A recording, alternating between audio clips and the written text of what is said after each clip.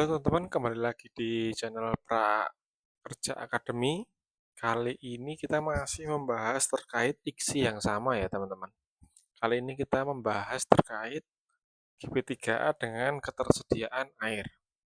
Nah, di sini nanti kita akan melakukan pengisiannya dan penjelasan datanya dapat dari mana. Nanti kita bisa sesuaikan dengan data yang di lapangan, seperti itu.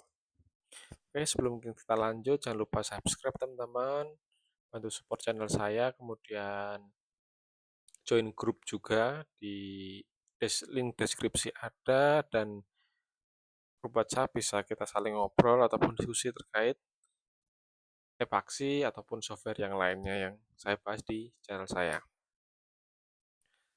Oke, kita lanjut. Sekarang kita masuk ke P3A atau GP3A, jaringan utama. Berarti kita lebih cenderung ke data KPU ya teman-teman ya. Oke, GP3A ini biasanya dari kelompok tani yang sudah berbadan hukum ataupun belum, atau disahkan secara notaris ataupun nanti dari pihak kecamatan ataupun desa. Tujuannya untuk memprakarsai terkait kelompok tani supaya memiliki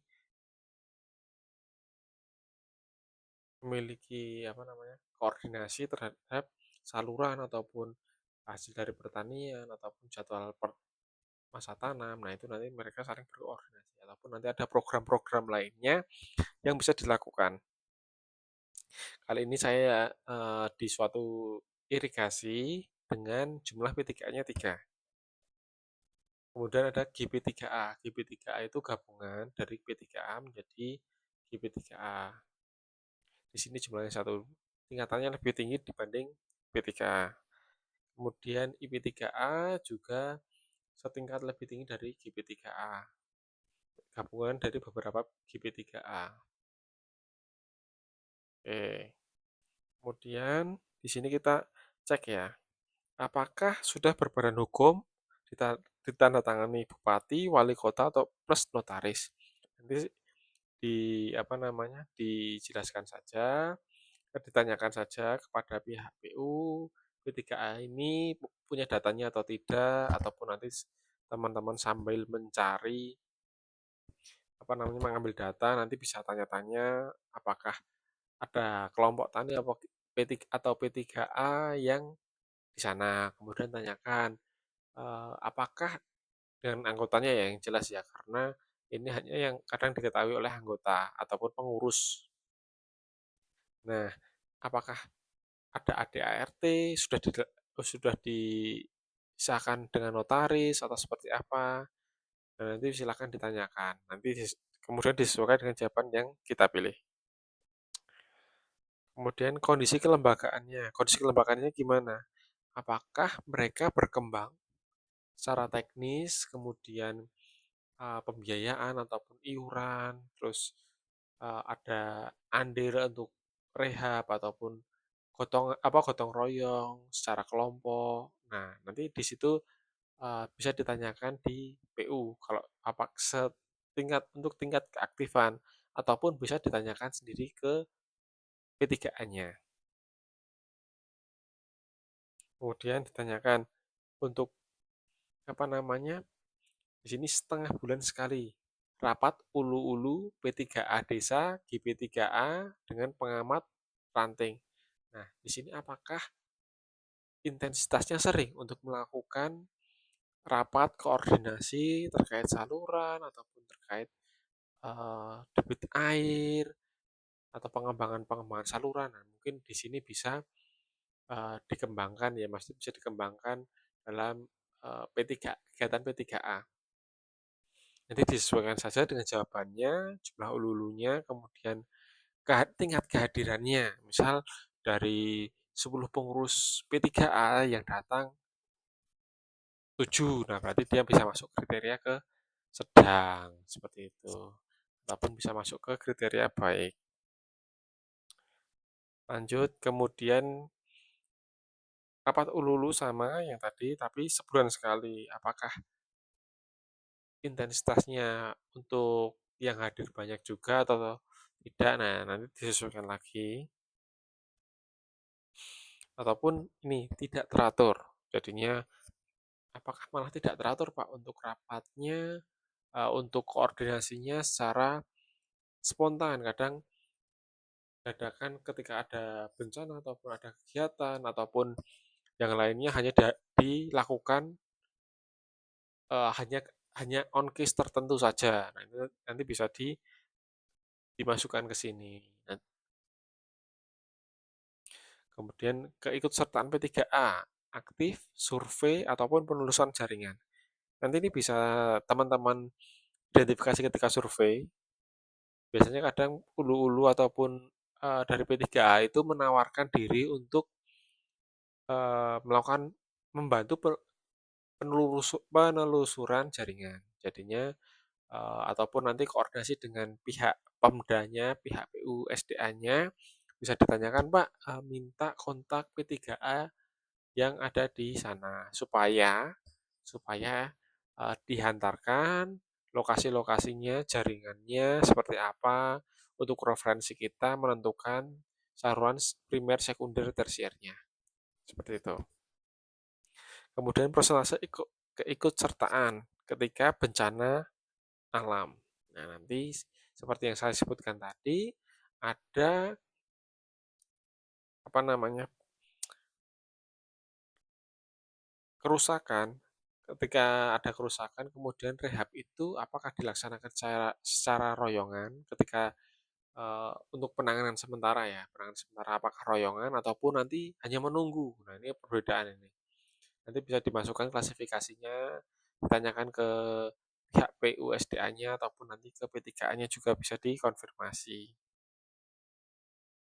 Dan misal, oh ternyata mereka keroyongan dulu, setelah itu baru meminta pertolongan kita untuk melakukan analisis ataupun seperti apa untuk melaksanakan teknis berikutnya. Selanjutnya, prosentase iuran P3A. Jadi, ada beberapa P3A itu memang untuk diminta untuk iuran. Antara lain fungsinya untuk menjaga saluran tersier, yang dimana saluran tersier adalah kewenangan dari Dinas Pertanian ataupun nanti dari eh, para petani, karena mereka yang melakukan mengatur saluran tersier tersebut mau diarahkan kemana, mau disuplai kemana, untuk sawah yang mana. Nah, itu di sana andil mereka di situ. Ini kita lihat perbaikan pemeliharaannya eh, lebih besar menunggu program atau mereka inisiatif sendiri. Nah, nanti bisa diisikan, teman-teman. Kemudian kemudian persentase partisipasi P3A, perencanaan tanam dan pengalokasian air. Nah, ini seperti tadi yang terkait untuk jaringan tersier, yang personal tersier, apakah apa namanya airnya juga dibagi secara merata ataupun jadwal pola tanam sudah diatur atau tidak. Nah, nanti bisa dimasukkan di sini, teman-teman. Prosentasenya aktif atau tidak, ataupun mereka bebas menanam atau sudah dijadwalkan oleh P3A-nya. Itu untuk P3A, teman-teman. Silahkan di-save.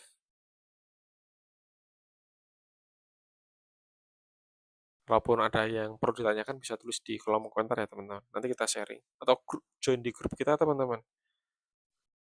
Nanti kita bisa sharing, ataupun saya bagi data yang terkait rekap rekapitulasi terkait IKSI, nanti saya juga ada, teman-teman. Ini ada kontrol kualitas. Ini masih belum sempurna untuk kontrol kualitas, belum bisa dilakukan penilaian. Kalau saya klik, dia masih blank, masih kosong. Ini masih dalam pengembangan. Kemudian kita lanjut ke ketersediaan air. Nah, ketersediaan air di sini masih kubik per detik, ya kan? Uh, kubik per detik, kemudian, nah, ini kan kita melakukan survei itu mungkin hanya beberapa kali saja ya, maksudnya hanya dalam durasi tertentu, tidak bisa sepanjang bulan. Ini datanya diisi sepanjang sepanjang bulan, teman-teman. Jadi nanti kita bisa minta ke data ke PUSDA-nya, apakah air di sana dilakukan pengukuran debit, perhitungan debitnya apakah terukur, kemudian adakah datanya. Nah, nanti kalau misal tidak ada, teman-teman bisa identifikasi sendiri, hitung hitung debit pada bulan itu, kemudian nanti bisa dijustifikasi, ada nanti perhitungannya terkait em, ketersediaan air, seperti nanti tiap bulannya dia akan penurunannya berapa, ataupun nanti bisa dibantu dengan data dukung curah hujan juga bisa.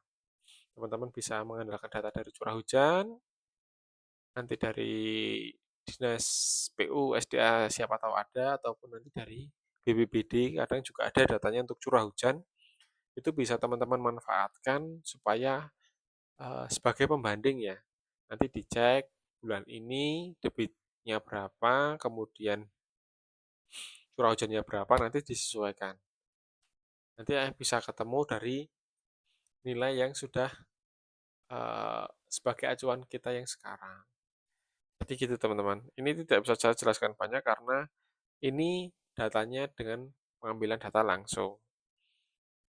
Dengan perhitungan luas penampang dikalikan kecepatan, itu akan mendapatkan persediaan air kubik per detik. Oke ya, mungkin itu untuk iksi non fisik kita. Kalau teman-teman ini agak sedikit panjang ya teman-teman, karena memang seperti ini prosesnya saya jelaskan secara panjang. Kalaupun teman-teman ingin mengikuti pelatihan secara lengkap, saya nanti ada bisa join di grup terlebih dahulu, nanti saya infokan ketika ada pelatihan secara lengkap dan runtut dan penjelasannya. Kita bisa sharing-sharing di sana juga, sama sama jangan lupa subscribe teman-teman, sama nanti sama join di grup. Ya semoga akun saya ini dilirik oleh PU, Kementerian PU, untuk saya bisa mengisi di kabupaten teman-teman sekalian. Mana tahu tertarik untuk PUSDA melakukan pelatihan, dan karena data ini banyak yang masih belum bisa menggunakan teman-teman sebenarnya. Masih banyak potensi-potensi ataupun progres data yang harusnya diinput secara baik dan benar. Banyak yang masih melakukan dengan hanya yang bagian kerusakan saja yang didata. Mungkin itu, semoga bermanfaat. Jangan lupa like dan share teman-teman. Kalau bermanfaat, tolong bantu share ke teman-temannya yang satu pekerjaan, satu bidang, ataupun satu lingkup pekerjaan, ataupun teman-teman SMK yang mau belajar. Ini sangat berguna buat teman-teman, buat nantinya di dunia kerja. Kenapa saya mendirikan Prakademi ini? Untuk belajar murah, gratis. Gitu aja teman-teman. See you di next video. Sehabis ini mungkin akan membahas terkait petak tersiernya. Petak tersier juga ada IGSI teman-teman, jangan lupa. Habis ini akan saya buatkan juga. See you next video ya.